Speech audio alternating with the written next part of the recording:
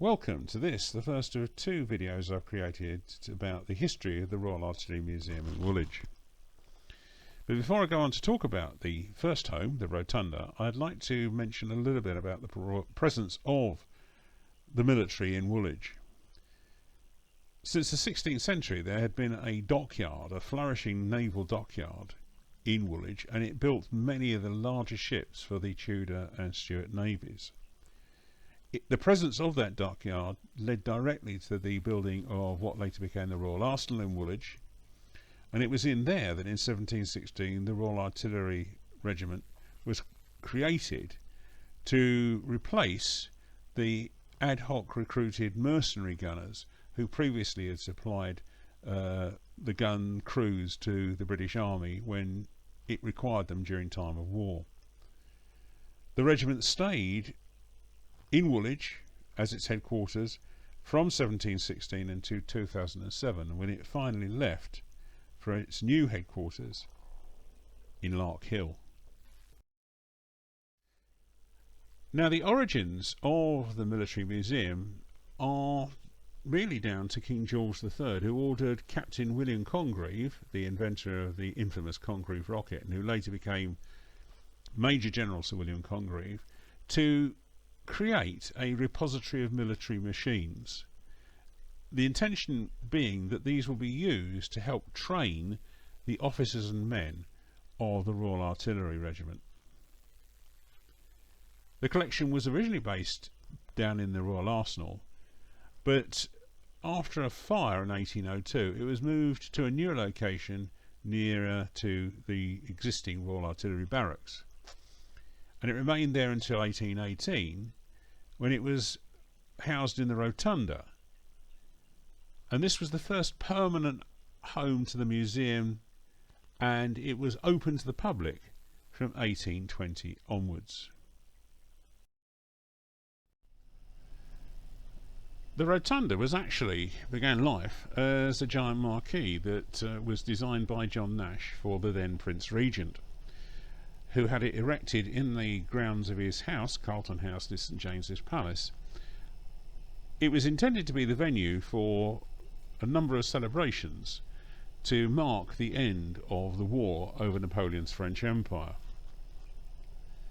Once the celebration was over, it was then dismantled and moved to Woolwich, where it was re-erected, and it still has the same shape as it had when it was a marquee, although once the canvas of the roof and the walls began to perish, they were replaced by brick walls and a lead canopy.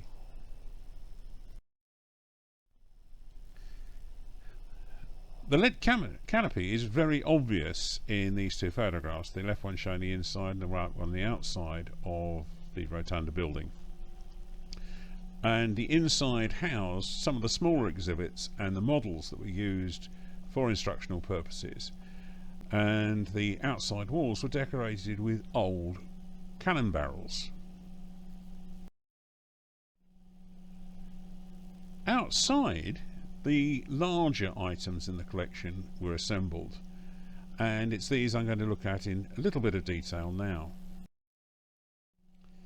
These included a Sexton self-propelled 25-pounder gun, which was built on the chassis of the Canadian version of the Sherman known as the Grizzly.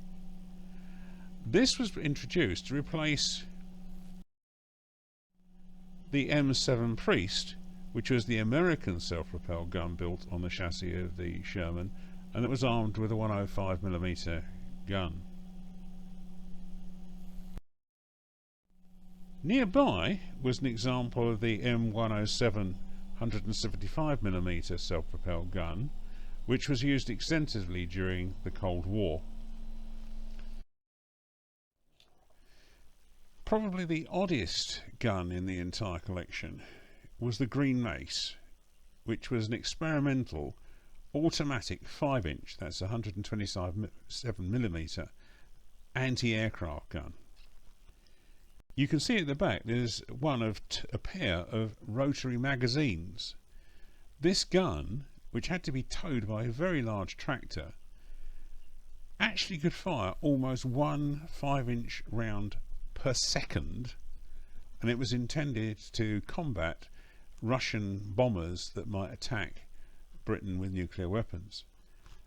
However, it was designed and built at a time when rocketry was coming to the fore, and it never came into service, being replaced by a number of surface-to-air guided missiles.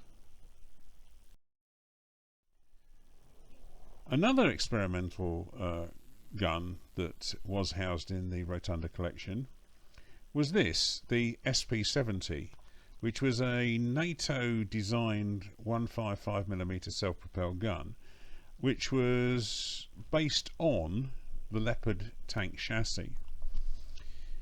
After a lot of trial and error, it was decided not to proceed to major production, and it was left as a prototype. Instead, the American M109 155mm self-propelled gun was introduced in its place. The collection also included a number of Russian pieces of artillery, one of which was this 152mm gun, and you can see here its long barrel and its very unusual sort of recoil recuperators on the side of the gun mounting.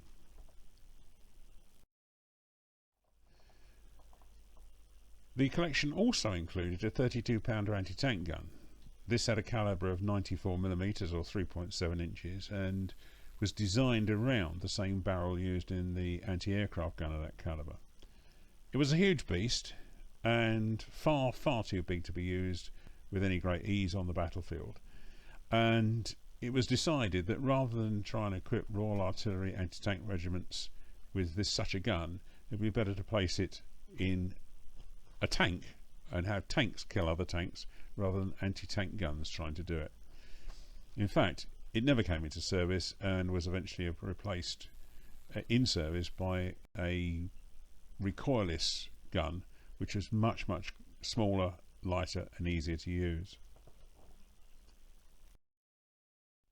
The collection did include a number of anti-aircraft guns, including an example of the German 88mm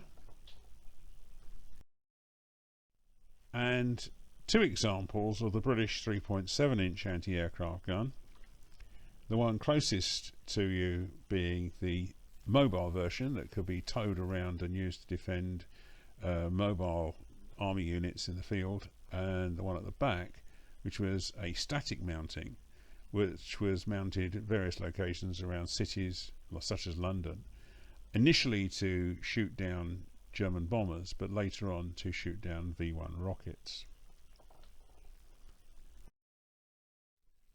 The collection also included three variants of the 40mm Bofors anti-aircraft gun. Each of the examples on show was mounted on a slightly different variation of the mobile mounting used for this particular gun.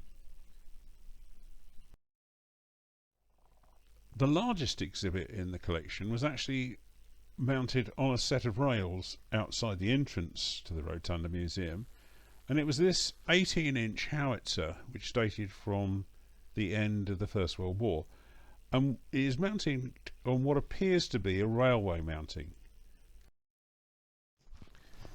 In actual fact, this was a proof mounting, and it was never intended to be used as a mobile gun to support fighting on the Western Front.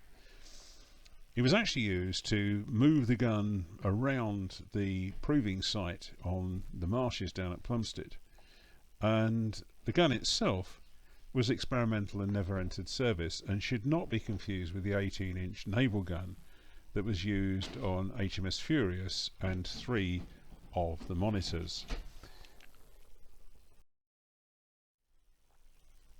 That is the end of the first of these two videos that I've created about the history of the Royal Artillery Museum in Woolwich. I hope you've enjoyed it, and I hope you'll revisit this channel to see the second part, which should be coming out in a few days' time.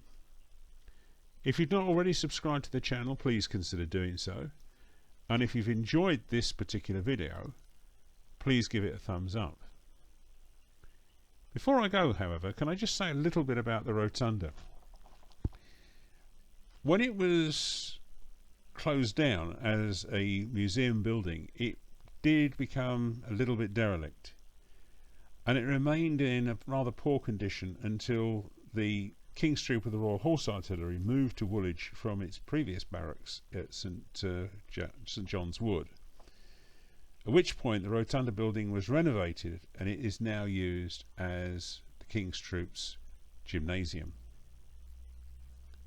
Anyway, that's the end of the video. I hope you've enjoyed it, and may I wish you the best of luck, and I hope to see you again soon. Bye.